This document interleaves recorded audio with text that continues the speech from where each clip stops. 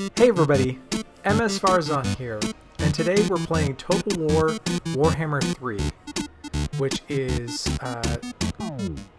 I don't even know how to begin.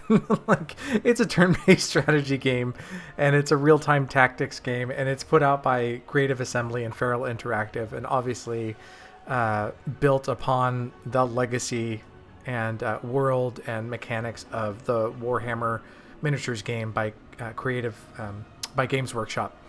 And I'm at a loss for words. Like, it is so bananas. And if you've never, like me, if you don't have a deep history with Total War or with Warhammer, you might be totally lost when you first start playing one of these games. I played a little bit of Total War Warhammer 2, and I don't think I've played any of the other Total War games. It's just not my kind of games, and I thought, let me just see what this is about. And it took me a while to work through the tutorials of Total War Warhammer 2, and now this is Total War Warhammer 3. And it is no less bananas than any of the previous games. As you can see, there's a bunch of different factions that you can play.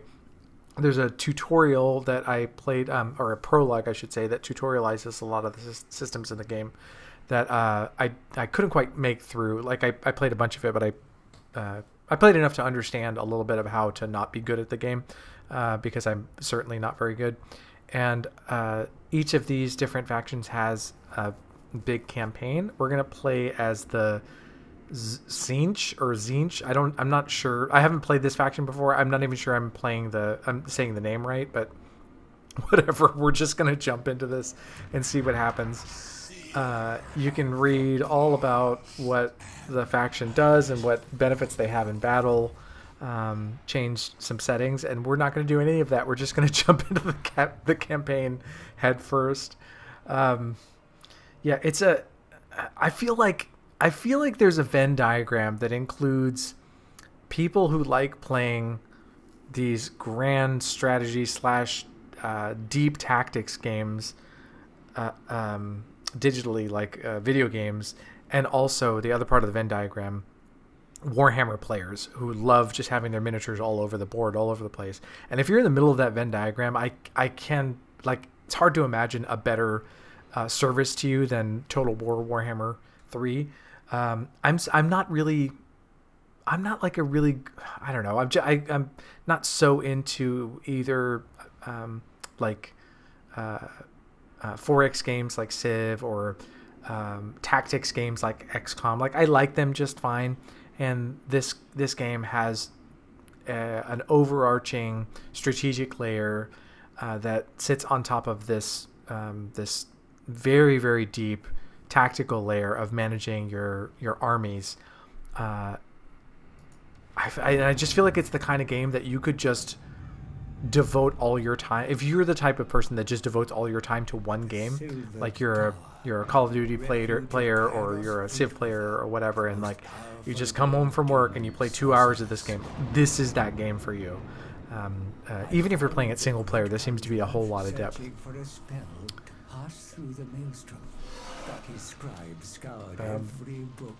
Also, like, if you're a Warhammer player, I'm sure all of these factions have a lot of meaning for you, and there's a lot of stuff with the story that differs based on the faction. So I kind of just let it wash over me and admire the depth and breadth of what these games have become, because they're just, like I said, they're just bananas. So I'm actually gonna skip the story stuff. You can see it for yourself. Each faction has its own peculiarities and strengths and weaknesses that you can dive in as much as you'd like to. This is just going to be the worst preview video or overview video for this game, because clearly it's just like I'm way out of my depth. But we'll have fun doing it anyway.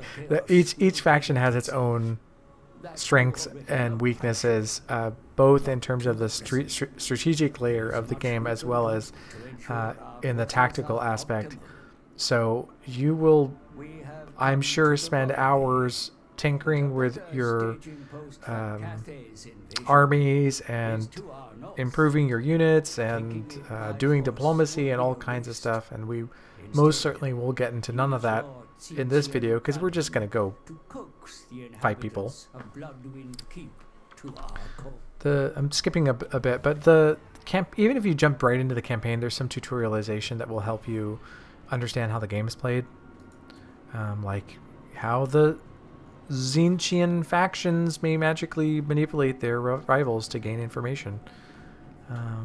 Apparently they can use stances to teleport, and they participate in the great game. You doubtless foresaw that your stronghold would come under attack. Confront the misbegotten. So we're now in the strategic layer of the game, and you can get quests that then give you rewards to make your armies better. You can take over cities and strongholds, and you have to keep track of your income based on the units which that you'll want to recruit over time. It's just a lot. Let's just put it that way. Let's go through this radial menu to look through some of the different things. So I can look at the objectives that I have right now. It's just to engage the enemy, to get grimoires. There's a whole diplomacy layer of the game. Looks a little bit like a risk board. I will just tell you straight off, I have not dug into diplomacy at all. I like barely get in. I'm one of those aggro Civ players that just like doesn't care much about diplomacy. Just like, it's like, oh, you want to be my ally? Fine. Oh, you're going to be, an enemy? Fine. Like, that's just the way I play these games. So there's just a lot here. You'll have a tech tree that you'll want to use to give like global bonuses to your units in combat, and you can spend a lot of time tweaking this as necessary based on your campaign. Winds of Magic Manipulation. I wonder if this is something specific to the Tzeentch faction, because I haven't really experienced this before. Transfer settlements from between factions. I don't know what an unholy manifestation is, but it doesn't sound good. So, and I would presume that a lot of this is particular to the faction that you're playing, because certainly the other factions I've played have been very different in the way that they handle this strategic layer. So I've got a notification that we have not moved our main character, who seems to be pretty cool. Camera work in this game is really well done. You can just pan anywhere you'd like, zoom in, zoom out, go all the way down to the level of your units, or have a more high level view. And so I'm going to presume the Valerie, this is our province capital. We could garrison that way if we needed to, or you can access the capital itself and do a bunch of cool stuff. Like if you're basically going to be building settlements and improving them, upgrading them to help your units in combat. So let's take our show on the road and fight this nearby enemy. Where are you? Where's my character? Kairos. So Kairos has a bunch of units already equipped, like the Blue Horrors of Tzeentch. Sounds pretty cool. And as they gain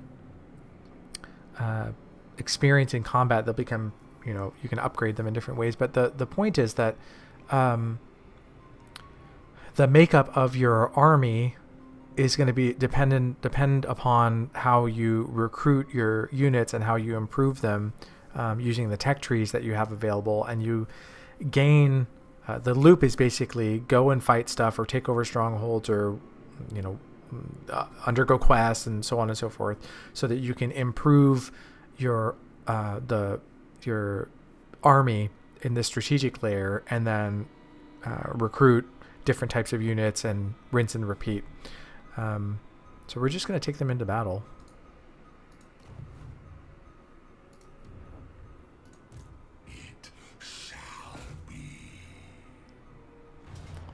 Before you go into battle, you get this helpful dialogue screen that shows you that you would have you should have a decisive victory, and you can auto-resolve some of these outcomes if it's not. I think if it's like not a quest, you can just go ahead and have the game do it for you. But we don't want to do that, so we're gonna go in and fight this battle manually.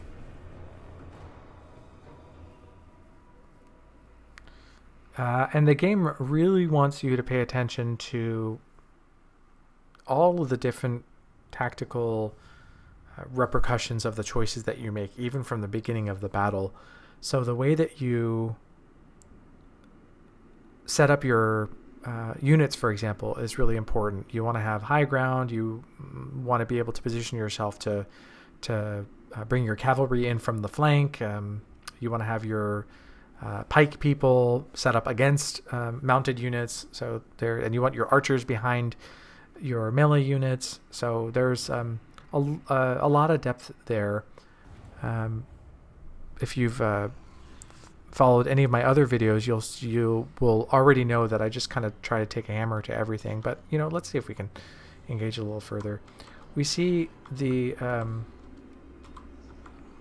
I really like I said, the camera work here, that I can like get down all the way to the army level if I wanted to and see what my units see. Or I can go really high and see that, like, okay, right now my my melee units are already set up in front here. I've got a missile infantry behind them. I think this is my where's my main character? It's right here. And then I've got this other soul grinder. I guess these are missile monsters hanging out back. And so I guess I'm going to keep everything where they are, but what I'm going to do is I'm going to set up these 3 units, and I'm going to set them up into one group so that I can easily access them. And then probably helps to know what your units do, but who has time for that?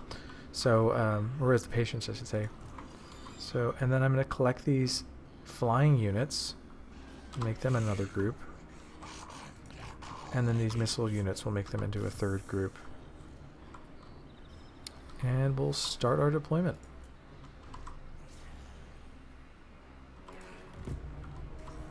Okay, so it looks like I'm the aggressor here. And the Cathayans are another faction that they have this whole thing with harmony where you have to like balance yin and yang troops or yin and yang settlements.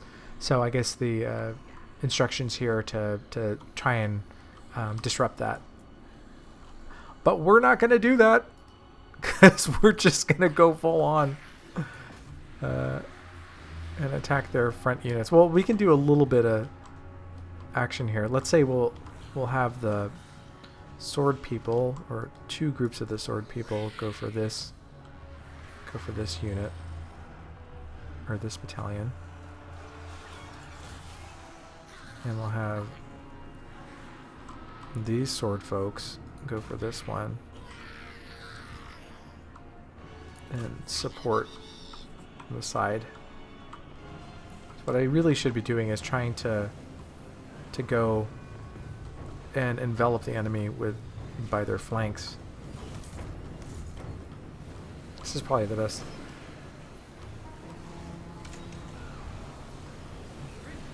Okay, so I've routed this part of the enemy. So what we're going to do is just select everybody and go for the archers.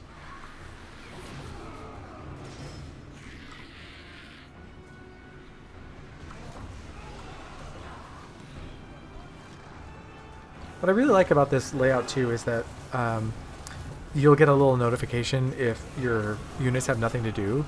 So just like a little sleep, like these 3 Z's just mean that they're just kind of hanging out, and that'll just remind you like, oh, I've got, you know, units that are doing nothing. Like, let me address that.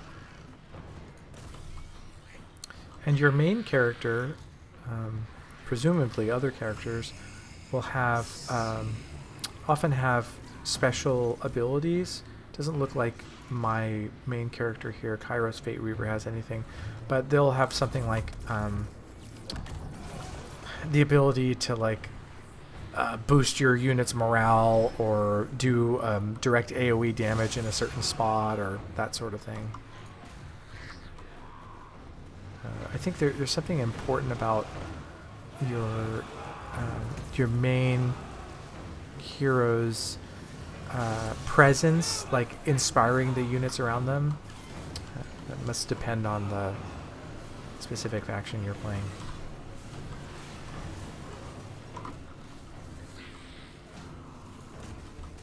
And their magistrate is quite the burly general. Looks like these archers are doing a job, so I guess I'll send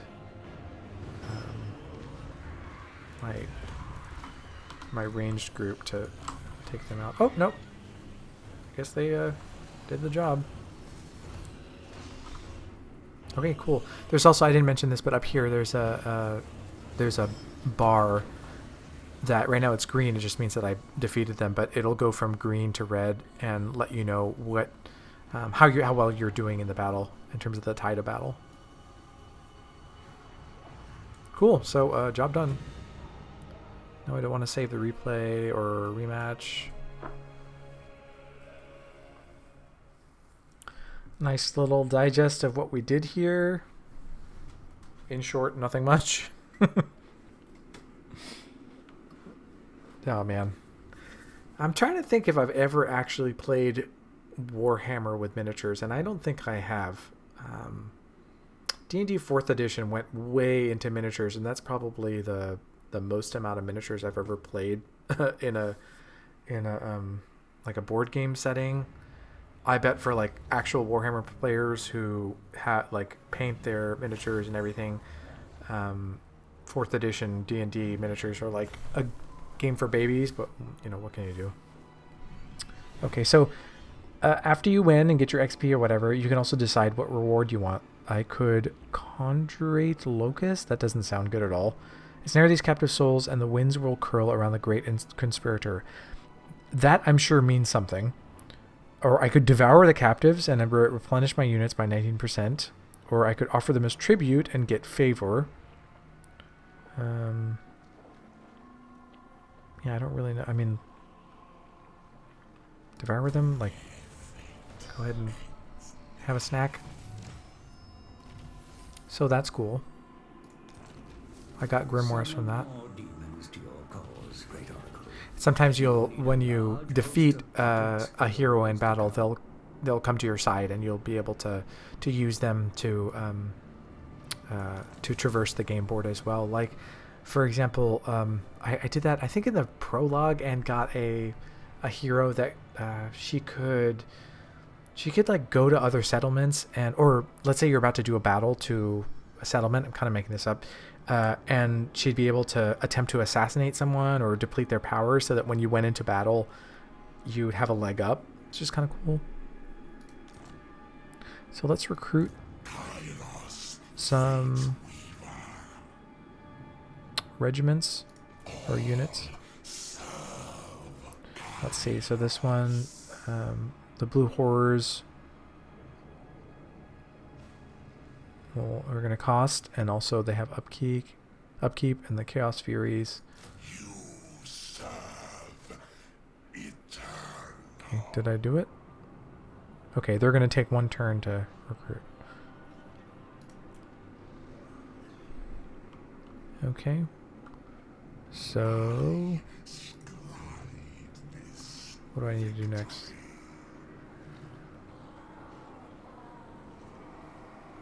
Can I build something? Okay, let's build a Dark Bastion, which will generate income Defensive supplies. Ooh, yeah, let's do it. And we can improve our technology. What kind of technologies do we have available to us? The Secret of Chrysopeia. Income from sacking and looting settlements, 25%. Cult Whisperer. I feel like... What is that line? Are we the baddies? I feel like we're the bad people. How many points do I have? Do I have any? 9 is the number of the changer. 9 are the levels within the... Wow, this is way deep.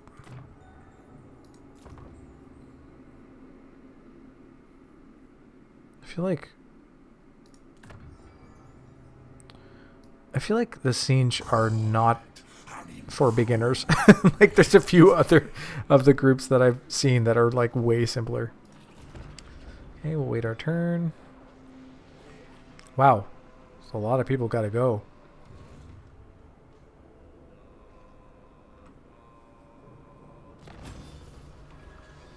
Okay, that's cool.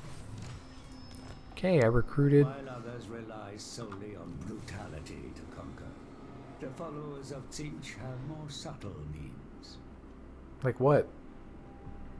Okay, we want to capture these settlements.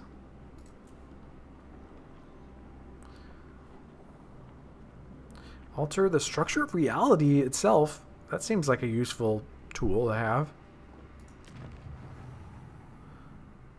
Oh, this is where we can transfer a settlement. Okay.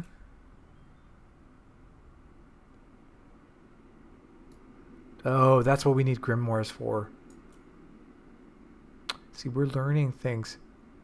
I feel like this is not very representative of your user experience if you pick up this game, because the other factions that you play are I mean, at least they feel way simpler to me. This is probably like, you know, there's probably like a notification when you start up one of these campaigns that says like, how easy is the like how experienced do you need to be to make sense of this? Okay, let's transfer a settlement then.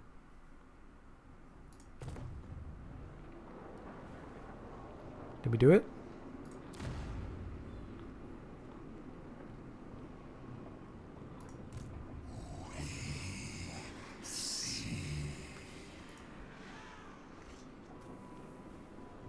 I don't think I did it. Okay, I want to transfer a settlement.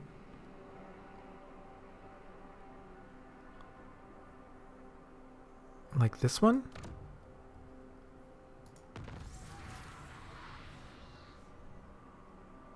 I just took it from them. That is pretty epic. Holy smokes. So you can just say, I want that. Okay, well that's useful knowledge. Okay, so let's move our... Let's go take Bloodwind Keep. Such an action would surely lead to war.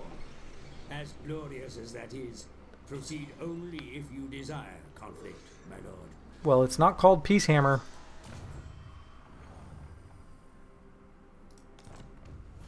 Oh, this makes people mad. Well, let's see what happens. The city has been reached. Oh, this will be a close victory. I like it. Mighty lord, study your options nevertheless. Encircling the enemy and starving them out may be the wisest course of action. Interesting. So you can lay siege to them, or you can fight the battle, which is what we're going to do. I'd just like to take this moment to just fully embrace that in real life, I think of myself as a very peaceful person, a peace-seeking person. I clearly exercise my aggressions out in video games, not seeking out diplomacy, but instead, well, we're at the Battle of Bloodwind Keep. What can we do? The oracles of Tzeentch would have it no other way. So there's, I mean, as you can see, like, I don't think the other factions can just steal settlements like that. Like, I think that's something special to Tzeentch, and then the other factions just have their own, like, bananas abilities. So, like, thinking of this playing out with multiple, like, in multiplayer, full-on Civ style just sounds, like, pretty insane. Let's risk magic for more favorable wins. Oh, I did it wrong. Your forces are ready to storm the defenses, yet I advise caution. You face an entrenched enemy that has had time to prepare. Be wary. This is the worst. This is the worst and weakest offensive. This is just going to be out. Like, let's see what happens when we just send everyone. Because we gotta like destroy these fortifications and just. With great powers, my lord. Be sure to make use of. This is where my patience wanes.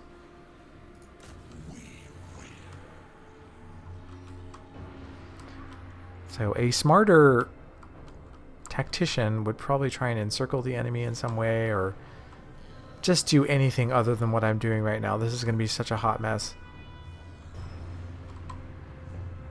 But how cool is this? Like, just the ability to...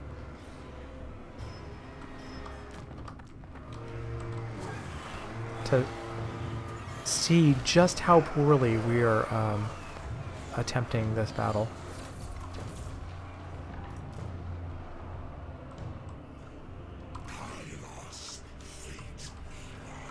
So we can get a good view of this unit. So I'm not a micromanager in real life, so why would I be that in Warhammer? I'm pretty sure we're facing a rout here. Yeah, this is already not going well. But if you look up here, the green that is us, so the computer at least thinks we're doing a good job. Not sure what it's basing that on, like what algorithm they've used to determine, because it doesn't feel like I'm doing well. The enemy general is slain, my lord. What? Cursing your name with his dying breath. Send his army after him. How did I manage that? I'm pretty sure I didn't do that.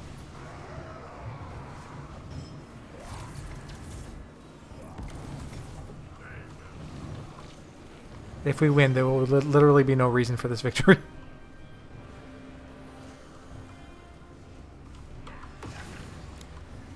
I think you can also speed up the game or slow it down if needed, or pause it. I don't know if that changes. It probably changes in multiplayer. Okay, focus your ire on the Chaos Marauders. Concentrate all firepower on the Superstar Destroyer. I don't know if this means that we have to, like, destroy all these buildings, or, like, what? What is it going to take for your surrender? And why is Kairos, like, not doing anything? I thought it was pretty clear. I thought the instructions were pretty clear.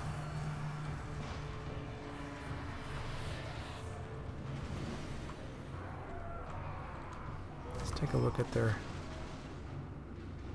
I don't know if it means that I need to go through and capture all of these different areas, but that does seem likely, doesn't it?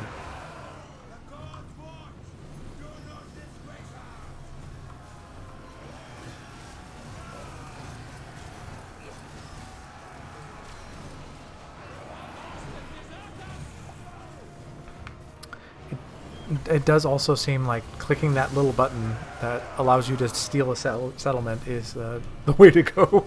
A lot easier. Are they building something? Like, what is... Clearly more work needs to be done. Okay, let's send the entire army in and just see if we can start taking stuff over.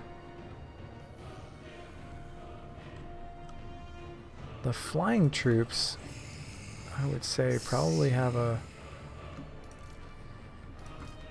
leg up. I can go, oops, no, I didn't mean to do that.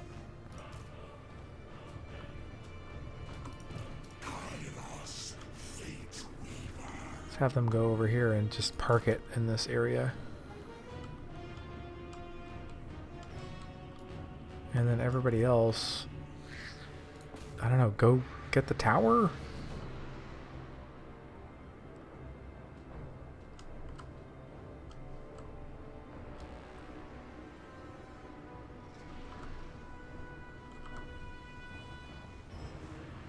It's not clear what the win condition is here.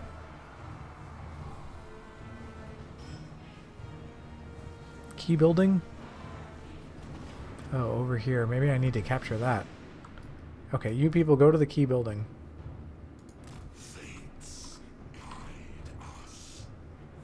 And meanwhile, we'll just keep destroying these towers. What? Are you back for more?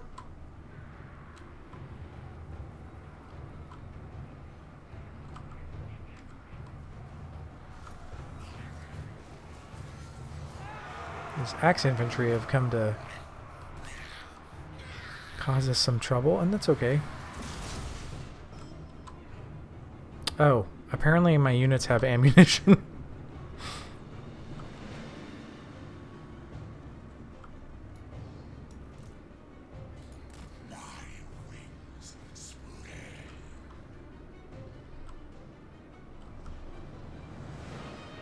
Oh, there are more. Where did these people come from?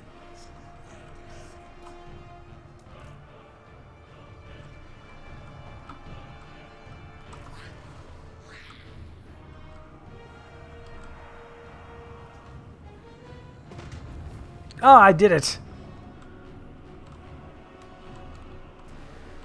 Nice.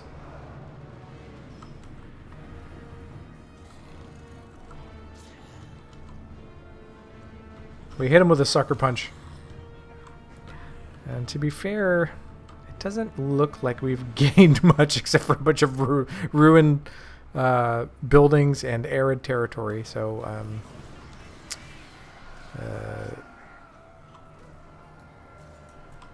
war is clearly not the answer. But if you're a Warhammer fan, I mean, I guess that's what you're here for.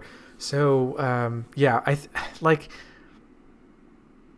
I don't know. I'm of two minds with this game. There's so much depth. There's so much to do, and there's so many ways to do it. It's clearly well thought out. It's clearly developed layers upon layers from so many years of experience in terms of the Total War series, in terms of Game Workshop's work on Warhammer as a property, and the strategic layer feels very deep. It feels like a bonus that is not necessarily divorced from the tactical stuff because they interface very well. I guess I feel, and this is coming from someone who hasn't played much of these games at all, so I take my word as a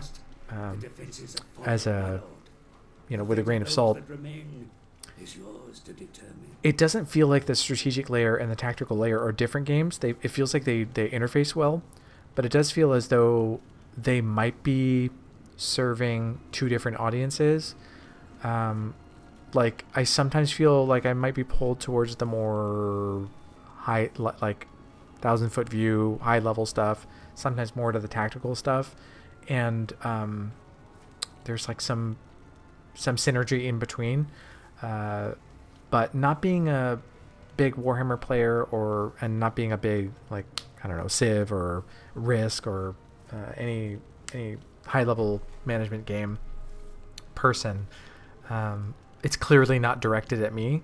So I'd love to hear from any of you that like either of those types of games, either Warhammer or any games like this, like Total War, and see like, what is it about them that you like? Do you like the strategic layer? Would you rather just do the tactical stuff or what have you? Because like I said, I think there's a Venn diagram, and if you're squarely in the center of that diagram, this is probably absolutely the game for you.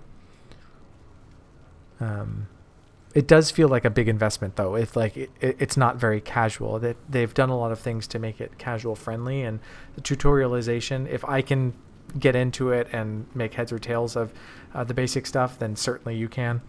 But it does feel like if I were to really get my money's worth out of this game, I would have to spend 20, 30 hours just to break the surface. So what do we want to do? We want to occupy it, or loot it and occupy it, sack it, raise it. Let's occupy it. Occupy Warhammer. Oh, we got a weapon for Kairos. That's cool. We did our quest. We assign our skill points.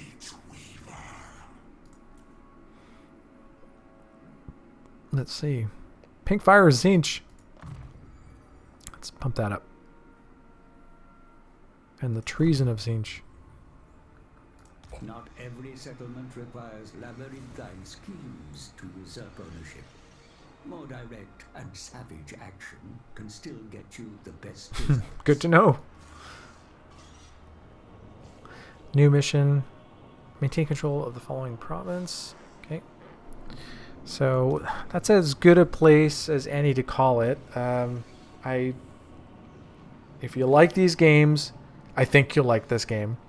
If you want to take a weekend and just be totally in over your head for the first 10 hours of playing one of these games, that's also well worth the enterprise. If you have no interest in strategy or tactical games, I don't know that there's much here for you, but certainly if you have any interest in Warhammer or this genre of games, it appears to do that really well, and even I've been having fun with it, so that, you know, and this isn't generally my type of game.